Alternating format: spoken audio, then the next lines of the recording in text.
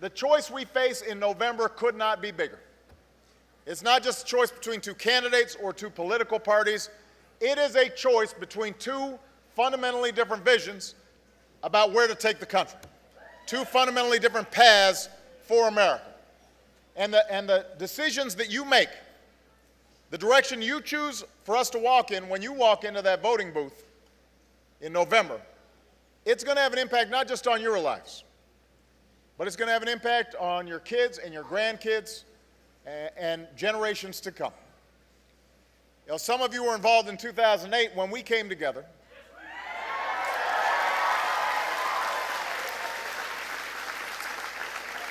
And it wasn't just Democrats. We had independents. We had even some Republicans.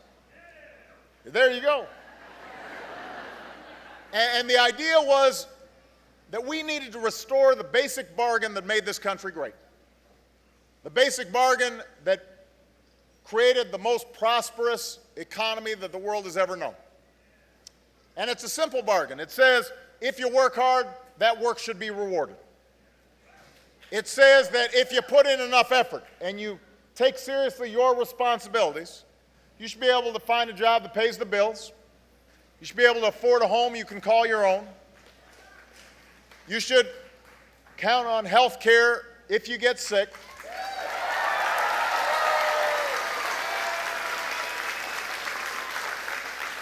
You should be able to retire with some dignity and some respect after a lifetime of labor.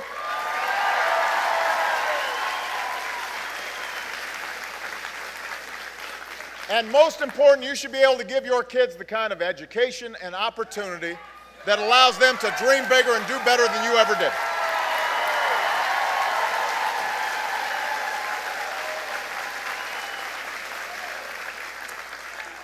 That's the American promise. That's the American dream. And we knew restoring it wouldn't be easy. That it would take more than 1 year or one term or even one president, because we had gone through a decade in which that promise was not being kept. We had seen a decade in which incomes and wages were going down, even as the cost of everything from health care to college were going up. We had seen a decade in which jobs were being shipped overseas, in which we took a surplus and turned it into a deficit, ran 2 wars on a credit card, all culminating in the worst financial crisis since the Great Depression. And middle-class families who were already getting hammered lost their jobs, lost their savings, some lost their homes, and the American dream seemed even further out of reach. So when I ran for office, I told you, there are no quick fixes, there are no easy solutions, but what I also insisted was that if we pull together, we have everything we need to meet our challenges. Yes, we can.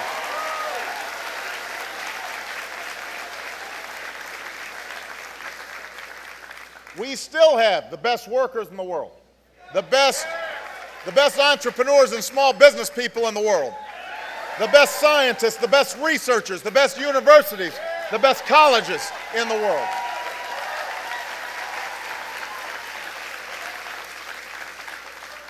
We're still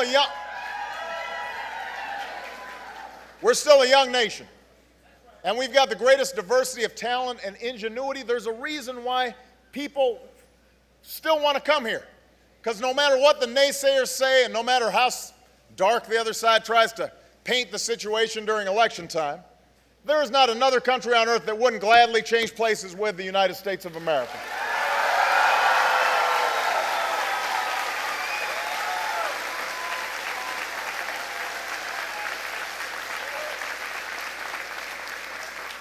Most of all, the American character has not changed. In fact, we saw during this crisis how people may have gotten knocked down, but they got right back up. Folks, people in their 50s, 60s, losing their jobs, go back to school, they get retrained and find a new one. Small business people keeping their doors open, even if it meant them not taking a salary, because they understood their workers had families that were depending on them. we may have gone through tough times, but it turns out we're tougher than tough times.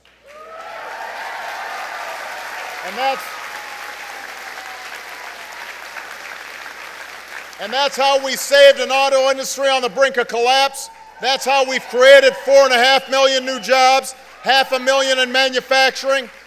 We are not there yet. We've still got a long way to go because we've got to make sure that here in America, no matter what you look like, no matter where you come from, no matter what your last name is, here in America you can make it if you try. That's what this campaign's about, and that's why I'm running for a second term as President of the United States.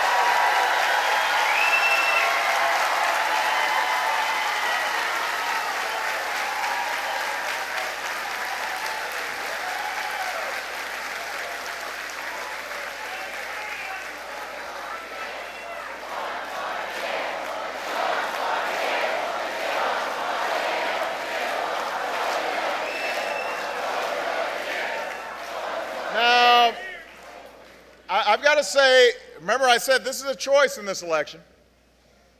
We've got a particular vision about how to move the country forward. My opponent and his running mate have a very different view. You know, they believe the best way forward is to go right back to the old top-down economics that got us into this mess in the first place. Their ideas are pretty simple. They're not hard to explain. They think that if we get rid of more regulations on big corporations and big banks, some of which we put in place to prevent another taxpayer-funded bailout, and if we do more tax cuts for the very wealthiest Americans, then somehow prosperity is going to rain down on all of you. That's their theory. In fact, the centerpiece of my opponent's entire economic plan is a new $5 trillion tax cut, a lot of it going to the wealthiest Americans. His new running mate, Congressman Ryan, he put forward a plan that would let Governor Romney pay less than 1% in taxes each year. Now, and here's the kicker. He expects you to pick up the tab. Governor Romney's tax plan, this is not my analysis now, this is the analysis of independent folks who analyze tax plans for a living. That's what they do. Their analysis showed that Governor Romney's tax plan would actually raise taxes on middle-class families with children by an average of $2,000. Not to reduce the deficit, not to grow jobs, not to invest in education, but to give another tax cut to folks like him. Now, ask Governor Romney and his running mate, when they're here in New Hampshire on Monday, they're going to be coming here on Monday, ask him if that's fair. Ask him how it'll grow the economy. Ask him how it will strengthen the middle class. They have been trying to sell this trickle-down snake oil before. It did not work then. It will not work now. It's not a plan to create jobs. It will not reduce the deficit. It will not move the economy forward. It's the wrong direction for America.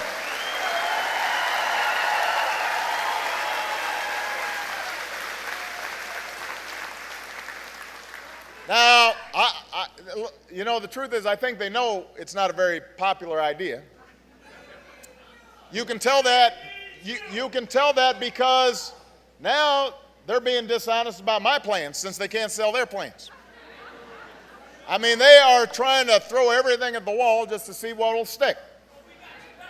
The latest thing they've been trying is to talk about Medicare. Now, you'd think they'd avoid talking about Medicare, given the fact that both of them have proposed to voucherize the Medicare system. But I guess they figure the best defense is to try to go on offense. So New Hampshire, here's what you need to know. Since I've been in office, I have strengthened Medicare.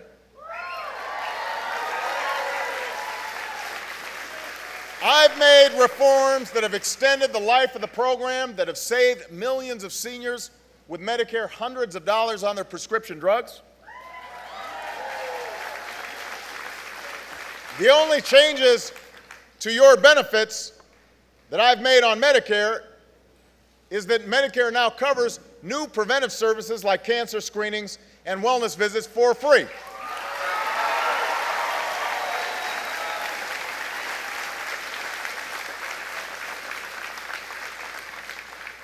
Governor Romney and Congressman Ryan have a very different plan. What they want to do is they want seniors to get a voucher to buy their own insurance, which could force seniors to pay an extra $6,400 a year for their health care.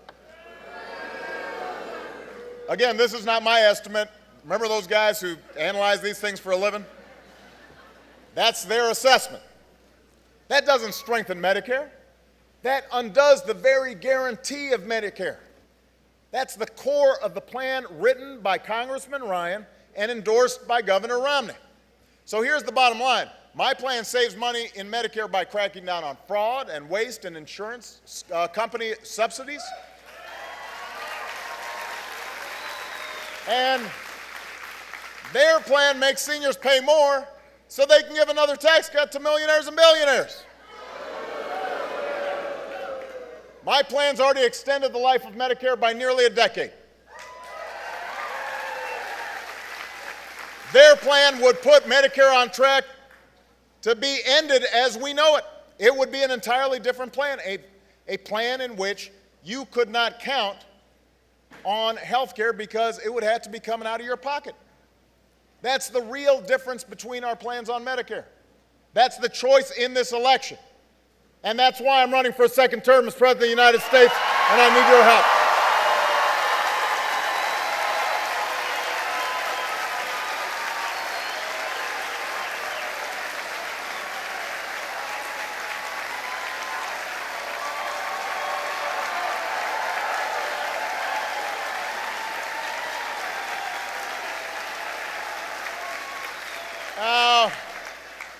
Four years ago, I promised to cut middle-class taxes. That's exactly what I've done, by a total of about $3,600 for the typical family. So just like we've got a difference on Medicare, we've got a difference on taxes. Right now, what I want to do is keep taxes right where they are for the first $250,000 of everybody's income. So if your family makes under $250,000, which that includes 98% of Americans. That's you. 97% of small businesses. You won't see your income taxes increase by a single dime next year.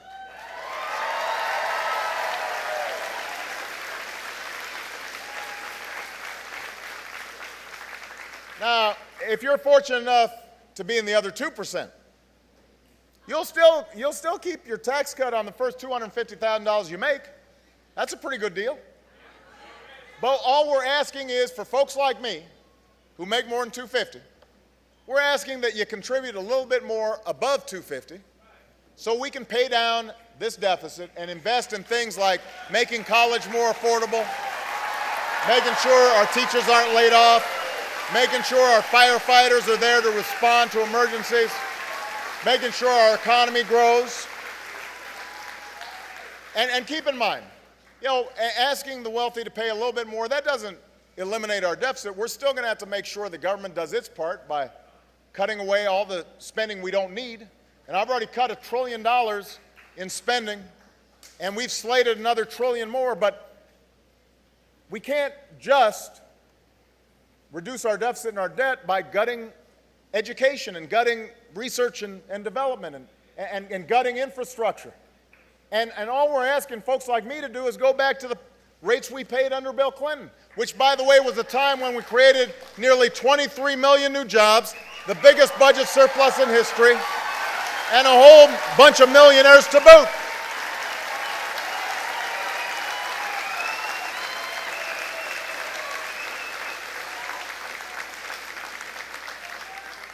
See, I'm getting all fired up.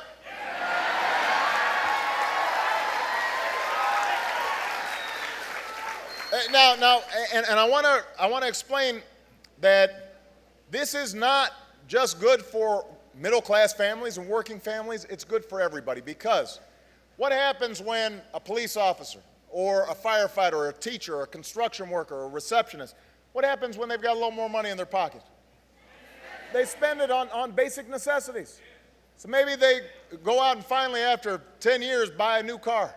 Or maybe, they buy a new computer for their kid who's going off to college. And that means business suddenly has more customers.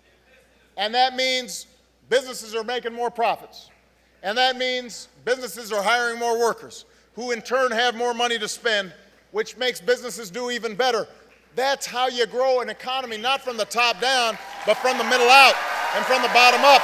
That's the choice in this election, and that's why I'm running for a second term as president.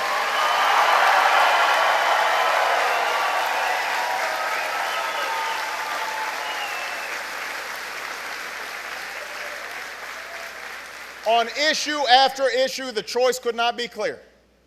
When the auto industry was on the verge of collapse, Governor Romney said, let's let Detroit go bankrupt. I said, 1 million jobs are at stake, let's bet on American workers and American manufacturing. And 3.5 years later, the American auto industry has come roaring back. That's the choice in this election.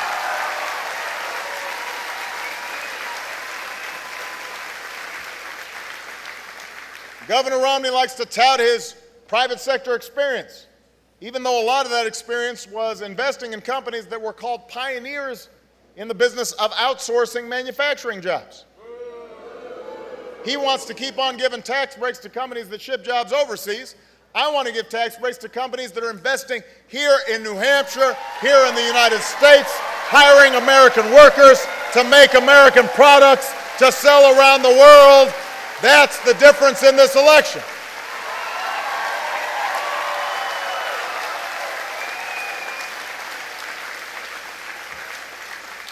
Governor Romney thinks new sources of clean energy are, quote, imaginary. Since I took office, we've in fact doubled the use of renewable energy like wind and solar. Thousands of Americans have good jobs because of it. It's not imaginary, it's real. New Hampshire, we've got to stop giving $4 billion a year in taxpayer subsidies to big oil companies that are making plenty of profits and use that money to help American homegrown energy that has never been more promising. That's a choice in this election.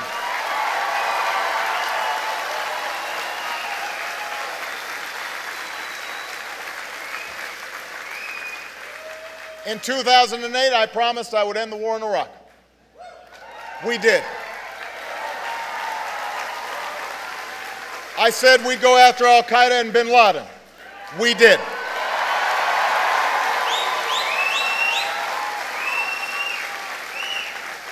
We now are transitioning so that Afghans take more responsibility for their security and we can start bringing our troops home from there.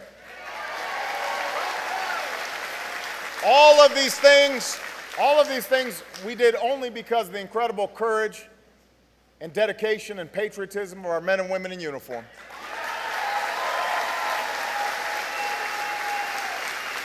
And that's why we've made historic investments in the VA, because I believe that anybody who has fought for America in uniform should not have to fight for a job when they come home. Shouldn't have to fight for the benefits they've earned.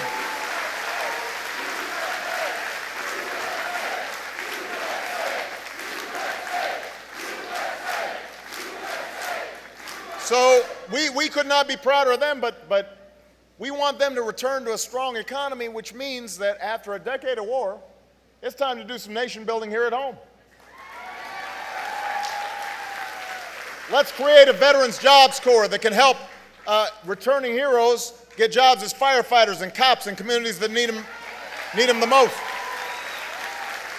Let's take some of the savings from war to rebuild our roads and our bridges and our schools all across America, to lay broadband lines and wireless networks that can make us more competitive. Let's put some construction workers back to work. That helps everybody, and that will help America be strong for decades to come. That's the choice in this election. That's what's at stake.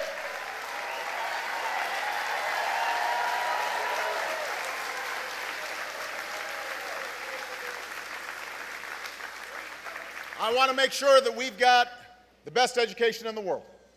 I want to help school districts like this one hire and reward the best teachers, especially in math and science. I want to give 2 million more Americans the chance to go to community colleges and learn the skills that businesses are hiring for right now. And I want college and universities to bring their tuitions down, because in the 21st century, our young people have to be able to get a college education, a higher education. It's not a luxury, it is a necessity. That's the choice in this election.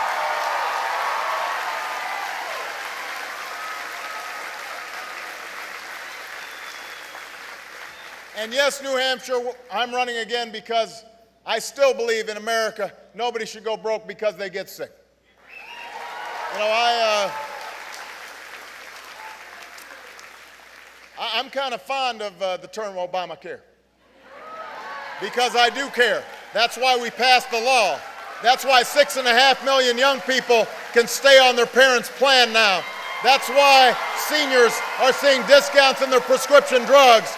That's why families who've got somebody with a pre-existing condition can now get health care. It was the right thing to do. The Supreme Court has spoken. We are not going backwards. We are going forward.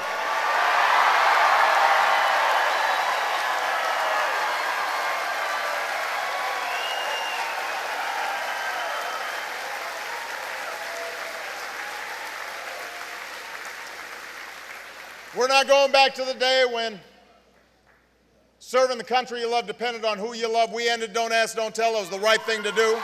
We're not going back. We're not going back to the day when women didn't have control of their own health care choices. We're going forward. We're not going back.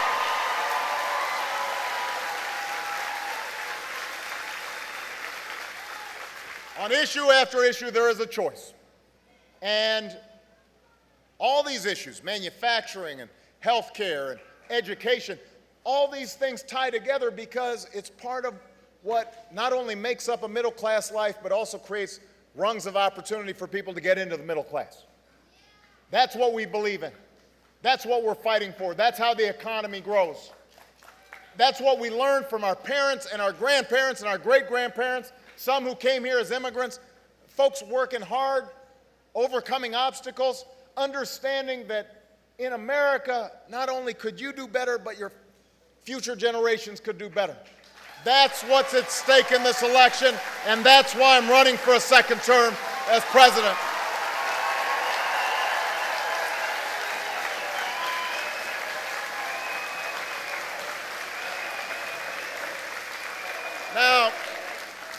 Now let me say this.